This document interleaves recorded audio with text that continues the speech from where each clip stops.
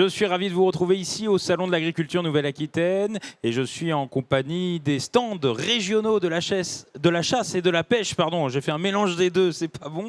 Mais voilà, un mélange normal puisque vous êtes sur le même stand ici au Salon d'Agriculture Nouvelle-Aquitaine. Vous partagez le même stand. Alix, bonjour, on va commencer par vous avec la pêche. C'est un retour pour les pêcheurs ici au Salon d'Agriculture Nouvelle-Aquitaine. Exactement. Bonjour Julien, merci pour l'accueil. Tout à fait, on est content cette année de revenir sur le salon et on a un stand qu'on partage avec nos amis chasseurs et on accueille le grand public, les scolaires, le parcours de l'étudiant, le parcours des enfants et on est ravis de pouvoir faire découvrir notre passion, notre loisir. Et ça faisait 3 ans qu'on n'était pas venu et on est bien content de revenir. De revenir effectivement.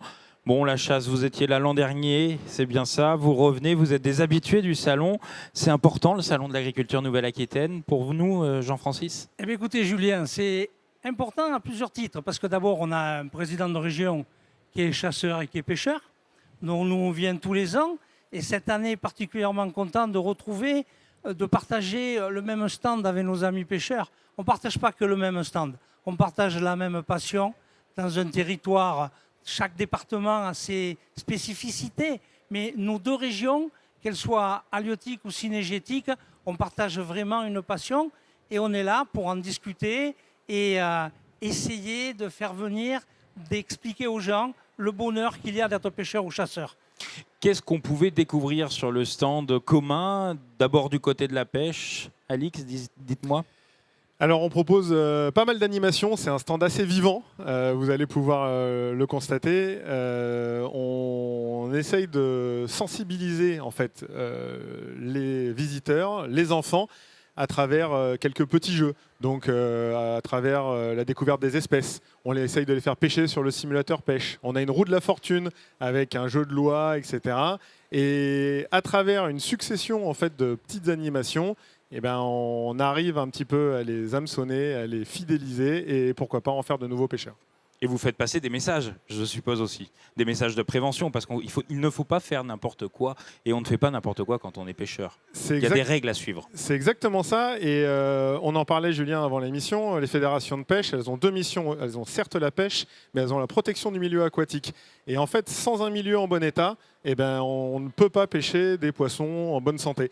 Donc, nos fédérations de pêche agissent concrètement avec des salariés, des bénévoles, chaque jour, à restaurer les milieux aquatiques, à restaurer, renaturer la rivière, à essayer de trouver des données, collecter de la donnée pour pouvoir savoir ce qu'on fait de manière précise.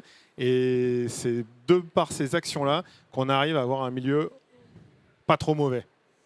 Pas trop mauvais, effectivement. Et puis, il y a des règles aussi. Je suppose qu'il y a des saisons pour la pêche. Hein. On ne peut pas pêcher à tout moment.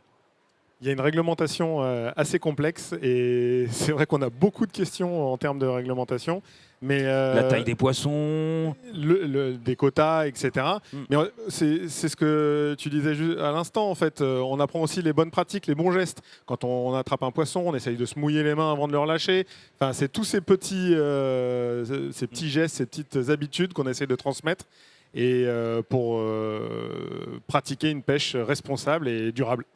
Effectivement. Et vous, du côté de la chasse, Jean-Francis, qu'est-ce qu'on pouvait voir? Je crois que vous aviez plusieurs animations, vous accueillez aussi des producteurs, etc. Ah oui, alors on a plusieurs animations. Nous, on fait passer plusieurs messages. D'abord, le premier message, c'est que la chasse, c'est quelque chose qui est bon pour la santé, de venir à la chasse.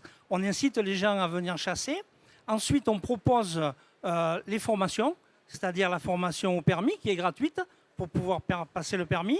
Et la première année, la validation est aussi payée par la Fédération départementale des chasseurs. Et ensuite, plusieurs volets. Un volet biodiversité. Aujourd'hui, mon collègue Alix a raison, par rapport à la qualité des eaux, pour avoir du bon poisson, c'est impératif.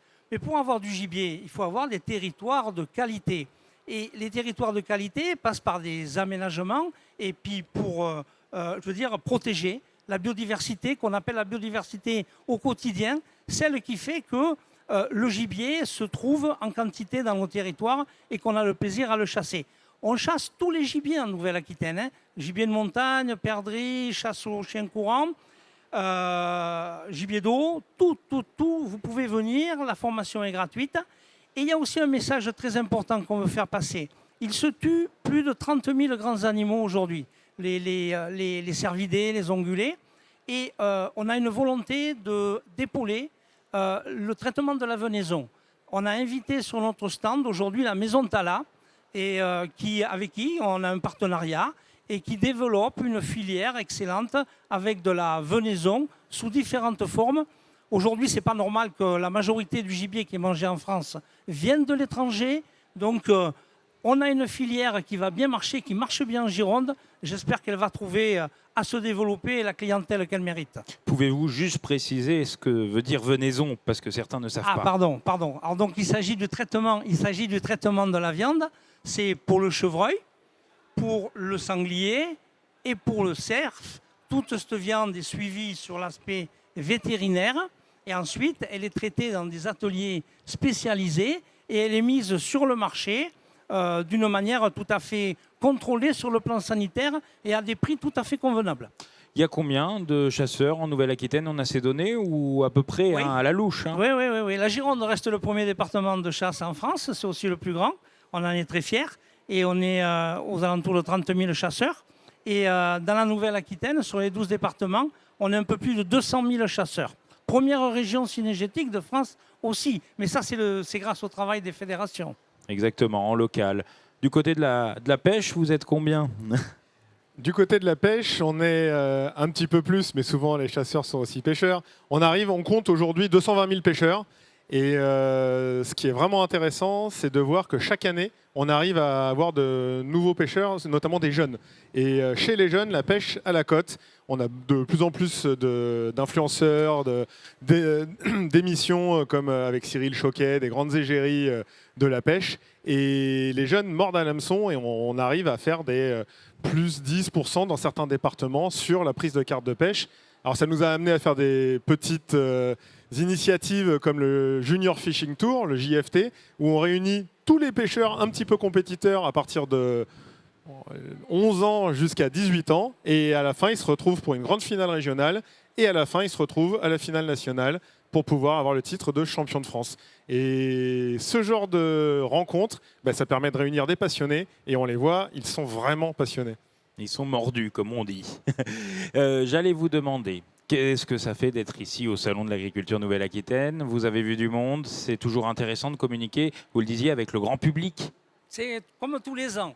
C'est un moment privilégié où on rencontre, on discute, on écoute les gens. On écoute par exemple les maires, quelquefois, quand ils nous rencontrent, qui nous parlent de leurs problématiques de dégâts avec les sangliers. Donc on prend avec beaucoup de sérieux leurs remarques parce que les dégâts aujourd'hui, c'est notre responsabilité. Donc on prélève plus de 20 000 sangliers en Gironde. Après, il y a une deuxième population qui est vraiment très intéressante pour nous. On est le département, en Gironde par exemple, qui a le plus de femmes chasseresses. Habituellement, il n'y en a que 2% qui passent le permis. Nous, en Gironde, sur les 1000 nouveaux permis qu'on a fait, il y avait 13% de femmes.